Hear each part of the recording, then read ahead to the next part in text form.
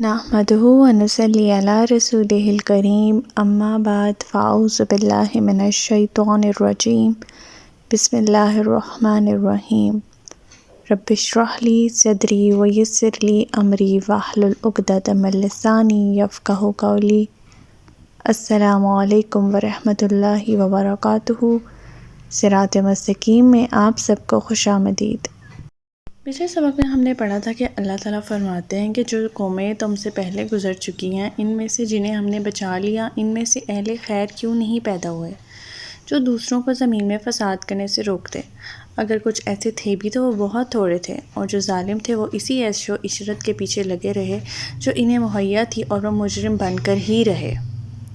پھر اللہ تعالیٰ فرماتے ہیں کہ یہ آپ کے پروردگار کی شایان شان نہیں کہ وہ بستیوں کو ناحق تباہ کرتے حالانکہ وہاں کے باشندے اصلاح کرنے والے ہوں، اور اگر آپ کا پروردگار چاہتا تو سب لوگوں کو ایک ہی امت بنائے رکھتا مگر وہ اختلاف ہی کرتے رہیں گے۔ پھر اللہ تعالیٰ فرماتے ہیں کہ بجز ان لوگوں کے جن پر آپ کا پروردگار رحم کر دے، اللہ تو انہیں پیدا ہی اس لیے کیا ہے کہ وہ اختلافات کرتے رہیں، اور آپ کے پروردگار کی یہ بات پوری ہو گئی کہ میں دوزخ کو جنوں اور انسانوں سے بھر دوں گا۔ پھر اللہ تعالیٰ فرماتے ہیں کہ ہم نے رسولوں کے حالات کی ایک ایک خبر آپ سے اس لیے بیان ہی کی ہے کہ اس کے ذریعے آپ کے دل کو مضبوط کر دیں اور ان خبروں کے ذریعے آپ تک حق بات پہنچے جو ایمان لانے والوں کے لیے نصیحت اور یاد دہانی بھی ہو۔ ہمارا آج کا سبق آیت نمبر 121 سے لے کر آیت نمبر 123 تک ہے اور یہ سورہ ہود کا آخری لیسن ہے۔ تو آج کا سبق شروع کرتے ہیں۔ بسم اللہ الرحمن الرحیم۔ وَقُلْ لِلَّذِينَ لَا يُؤْمِنُونَ اعْمَلُوا عَلَىٰ مَكَانَتِكُمْ إِنَّا عَامِلُونَ، اور جو لوگ ایمان نہیں لائے آپ ان سے کہیے کہ تم اپنے طریقے پر عمل کرتے جاؤ، ہم بھی عمل کرتے رہیں گے۔ اللہ تعالیٰ یہاں فرما رہے ہیں کہ رسولوں کے حالات کی ایک ایک خبر آپ تک اس لیے بیان کی گئی ہے کہ اس کے ذریعے مومنین اور آپ کے دل کو مضبوط کر دیں، آپ کو صبر اور استقلال کی تربیت ملے، اور اس وجہ سے آپ کے لیے یاد دہانی بھی ہو کہ بار بار انبیاء کا جو تذکرہ اللہ تعالیٰ فرماتے ہیں وہ اس لیے کہ سارے انبیاء کے ساتھ یہی کچھ کرتی آئی ہیں ان کی قومیں، لیکن اللہ تعالیٰ نے مومنین اور ایمان والوں کا ساتھ دیا ہے اور مخالفین کا سر توڑ دیا۔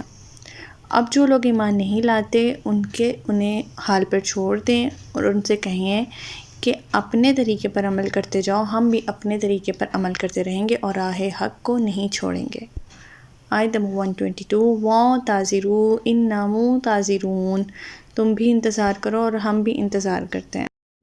اللہ تعالیٰ فرما رہے ہیں کہ منکرین حق کو کہہ دیں کہ وہ اپنے طریقے پر عمل کرتے رہیں اور آپ پورے عزم و استقلال کے ساتھ وحی الہی کی پیروی کرتے رہیں، اور اپنے سرکش اور ہٹ در مخالفوں سے صاف کہہ دیجئے کہ تم اپنے طریقے پر کام کرتے جاؤ، ہمارے اعمال اللہ تعالیٰ دیکھ رہا ہے اور تمہارے اعمال بھی اللہ تعالیٰ دیکھ رہا ہے۔ اللہ ویسے ہی انجام سے دوچار کرے گا جس کے جیسے اعمال ہوں گے، کیونکہ تمام مخلوقات کی جان جو ہے وہ اسی کے قبضہ قدرت میں ہے، اور ہر ایک کو اس کے اعمال کے مطابق جزا اور سزا دینے پر اللہ تعالیٰ پوری طرح قدرت رکھتا ہے۔ آیت نمبر 123۔ وَلِلَّهِ غَيْبُ السَّمَاوَاتِ وَالْأَرْضِ وَإِلَيْهِ يُرْجَعُ الْأَمْرُ كُلُّهُ فَاعْبُدْهُ وَتَوَكَّلْ عَلَيْهِ وَمَا رَبُّكَ بِغَافِلٍ عَمَّا تَعْمَلُونَ۔ آسمانوں اور زمین میں جو کچھ پوشیدہ ہے اللہ کے قبضہ قدرت میں ہے، اور معاملات سب کے سب اسی کی طرف لوٹائے جاتے ہیں، لہٰذا آپ اسی کی عبادت کیجیے اور اسی پر بھروسہ کیجیے، اور جو کچھ تم کر رہے ہو آپ کا پروردگار اس سے بے خبر نہیں۔ سورہ ہود کے آخری آیت میں اللہ تعالیٰ فرما رہے ہیں کہ اللہ تعالیٰ کے قبضہ قدرت میں زمین اور آسمان کی ہر چیز جو پوشیدہ ہے اللہ تعالیٰ کو معلوم ہے، تمام معاملات اللہ تعالیٰ کی طرف سپرد کیے جاتے ہیں، لہٰذا اللہ تعالیٰ کی ذات ہی بندگی اور عبادت کے لائق ہے، لہٰذا اسی پر بھروسہ کرنا چاہیے، اسی پر تقویٰ کرنا چاہیے۔ بے شک ہمارے سارے اعمال سے اللہ تعالیٰ بے خبر نہیں ہے۔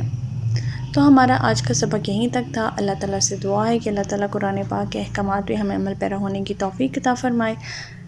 اللہ تعالیٰ سے دعا ہے کہ اللہ تعالیٰ ہمیں ایسی ہدایت دے کہ جس کے بعد گمراہی نہ ہو۔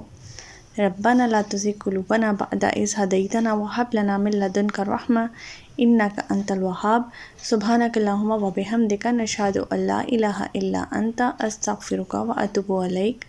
السلام علیکم ورحمۃ اللہ وبرکاتہ۔